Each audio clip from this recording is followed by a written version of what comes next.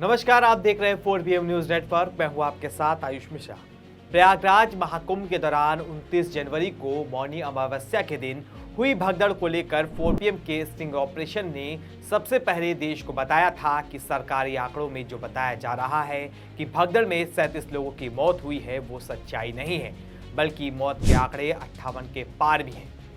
तो वहीं अब 4PM की इस खबर पर बीबीसी की जो नई रिपोर्ट सामने आई है, उसने मोहर लगा दी है। बीबीसी हिंदी की महाकुंभ भगदड़ को लेकर सामने आई सनसनीखेज रिपोर्ट से हड़कंप मच गया है और एक बार फिर से योगी सरकार कटघरे में खड़ी हो गई है। दरअसल बीबीसी हिंदी की नई रिपोर्ट के मुताबिक महाकुंभ में 29 जनवरी को मौनी अमावस्या के दिन हुई भगदड़ में 37 नहीं बल्कि 82 लोगों की मौत हुई। इनमें से 26 परिवार ऐसे मिले जिन्होंने भगदड़ में अपनों को खोया, लेकिन उनका नाम मृतकों की सूची में शामिल ही नहीं किया गया। दूसरी तरफ योगी सरकार महाकुंभ को अपनी एक बड़ी उपलब्धि के तौर पर दिखाती रही और खुद सीएम योगी ने यूपी विधानसभा में महाकुंभ में हुई भगदड़ के बारे में जानकारी देते हुए 37 लोगों के मारे जाने की पुष्टि की थी।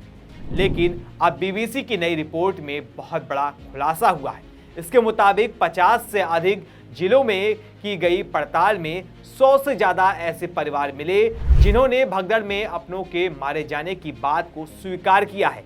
इनमें से 82 परिवार इसके पुख्ता सबूत भी दे पाए हैं। रिपोर्ट के मुताबिक मौनी अमावस्या के दिन महाकुंभ में 4 जगहों पर भगदड़ मची थी, जिनमें लोगों की मौत हुई।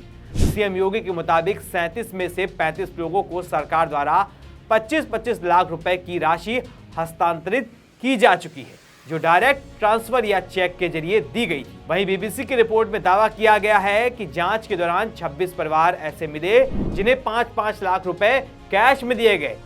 उनके पास यूपी पुलिस द्वारा ये राशि देते हुए वीडियो और फोटो भी मौजूद। वहीं इनमें से कई परिवारों ने तो ये दावा किया है कि उनसे जबरन ऐसे पेपर पर साइन पर करवाया गया जिन पर अचानक तबीयत बिगड़ने से मौत होने की बात कही गई थी। इसके अलावा पड़ताल में 19 और ऐसे परिवार मिले हैं जिन्हें 5-5 लाख रुपए भी नहीं मिले। तो वहीं बीबीसी की इस रिपोर्ट के सामने आने के बाद विपक्ष योगी सरकार पर हमलावर है।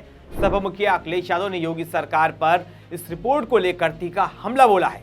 सपा प्रमुख ने इस रिपोर्ट को शेयर करते हुए एक्स पर लिखा कि तथ्य बनाम सत्य, 37 बनाम 82, सब देखे, सुने, जाने, समझे और साझा करें।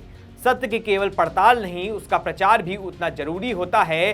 भाजपा आत्ममंथन करे और भाजपाई भी और साथ ही उनके समर्थक भी कि जो लोग किसी की मृत्यु के लिए झूठ बोल सकते हैं, वो झूठ के किस पाताल पर्वत पर चढ़कर अपनों को अपने मिथ्या साम्राज्य का मुखिया मान रहे हैं।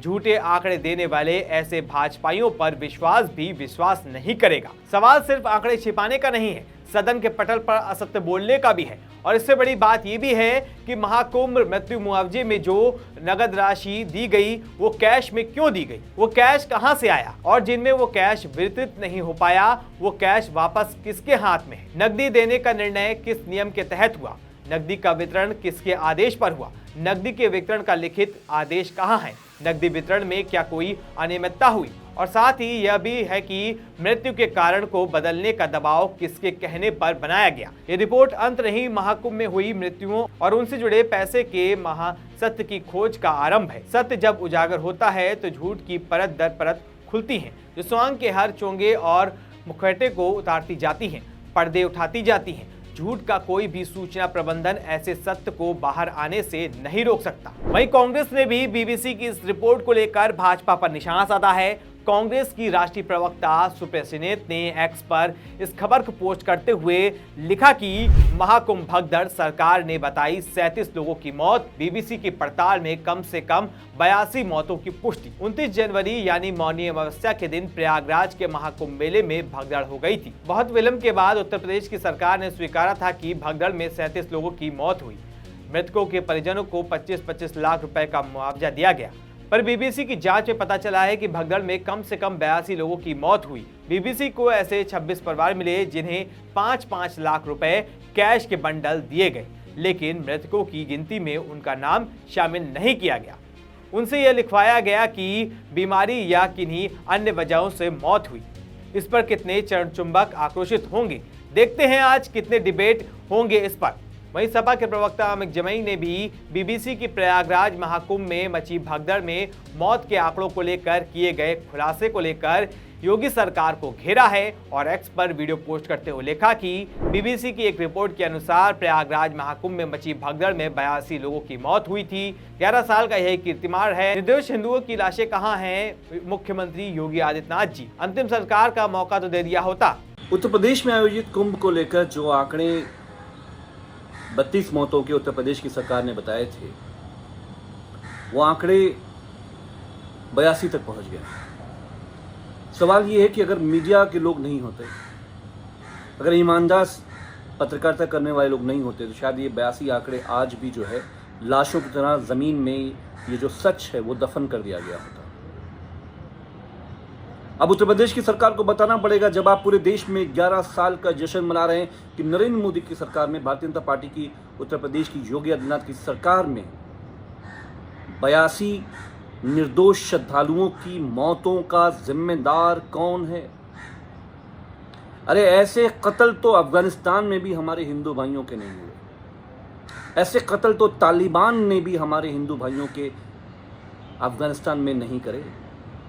और अभी भी सैकड़ों लोग अपने पिता की, माँ की, भाई की, बहन की तस्वीरें लेकर, फोटो लेकर खोया पाया खेत में भटक रहे हैं। कोई भी उनसे बात करने को तैयार नहीं है। सुनने में आया है कि ट्रक्स चप्पल मिले, जूते मिले, लेकिन उसके पहनने वालों का कोई आज तक सुराग नहीं, कोई पता नहीं लगा। 7,000 करोड़ का आयोजन, और जो लोग हमारे हिंदू श्रद्धालुओं की मौतों के जिम्मेदार अफसर, उन्हें योगी आदित्यनाथ जी की सरकार ने बड़े बड़े मलाईदार पदों पर नवाजा, सिर्फ इसलिए कि जो झूठ का साम्राज्य है उस पर पर्दा डल जाए। क्या उन अफसरों का विवेक नहीं जगा कि उन्होंने शपथ किस बात की ली थी? अरे मारे गए लोग मुसलमान नहीं थे, मारे गए लोग इस देश में हिंदू राष्ट्र कहलाने वाली सरकार, अपने आप को रामराज पे चलने वाली सरकार। आप तो अपने आप को वहां से जोड़ते हैं। समाजवादी पार्टी इतना ही कहना चाहती है कि इस पूरे मामले की उच्च स्तर पर इसकी जांच होनी चाहिए, इस पूरे हत्याकांड की जांच होनी चाहिए। तो वहीं अब बीबीसी की महाकुंभ भगदड़ को लेकर जो सनसनीखेज रिपोर्ट सामने आई है, उसमें बहुत बड़ा खुलासा हुआ है। उसने एक बार फिर से योगी सरकार के झूठ की पोल खोल के रख दी है, जिसको लेकर विपक्ष हमलावर नजर आ रहा है और योगी सरकार को आड़े हाथों ले रहा है। वैसे आपकी इस खबर पर क्या राय है, हमें कमेंट करके जरूर बताएं।